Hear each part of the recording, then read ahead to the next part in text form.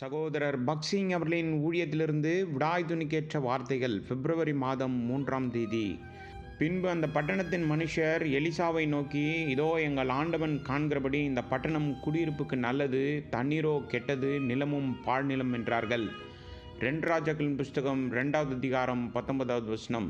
Elisha தீர்க்கதரிசியின் காலத்தில் எரிகோவின் நிலை மலடாக இருந்தது.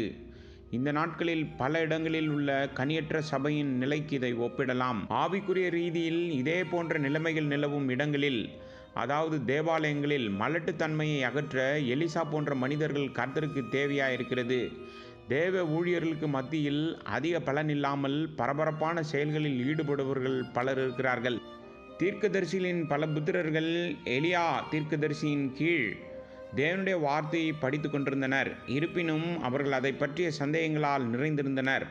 அதனால்தான் தேவனுடைய வழிகளை பற்றிய அறியாமையில் அவர்கள் இருந்தபடியால் எலிசாவை ஒரு இடத்திலிருந்து இன்னொரு இடத்திற்கு எலியா பின்தொடர்வதை தடுக்க அவர்கள் தங்களால் இயன்றவரை முயன்றனர். எலியா கர்த்தரால் எடுத்துக்கொள்ளப்படுவார் என்பதை எலிசா நன்கு அறிந்திருந்தான். தீர்க்கதரிசிகளின் குமாரரும் இதை அறிந்திருந்தனர்.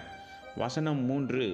ஆயினும் அவர்கள் எலிசாவுடன் போவதற்கு பதிலாக எலியாவை பின்தொடரிலிருந்து அவனை தடுக்க முயன்றனர்.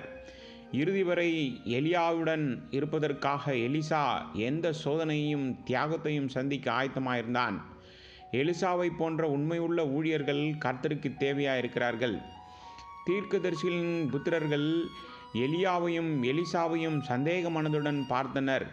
எலிசா தனியாக திரும்பி வந்தபோது அவர்கள் தங்கள் சந்தேகங்களை அவனிடம் தெரிவித்தனர். வசனம் 16 பார்க்கவும். அவர்களில் 50 பலசாலியான மனிதர்கள் எலியாவை தேடி செல்ல விரும்பினர். இது கர்த்தருடைய ஆவியால் எடுக்கப்பட்டாலும் அவர்கள் வாதிட்டனர், அவர்கள் வற்புறுத்தினர். அவன் மலையிலோ அல்லது பள்ளத்தாக்கிலோ விழுந்திருக்கலாம் என்ற சந்தேகம் இருந்தது. எலியா எடுத்துக்கொள்ளப்படும் வரை அவனுடன் இருக்க அவர்கள் கவலைப்படவில்லை.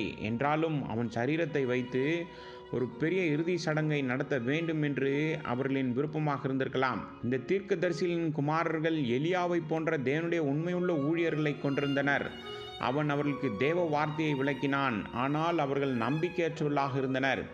இதுபோல இன்றும் பலர் இருக்கிறார்கள்.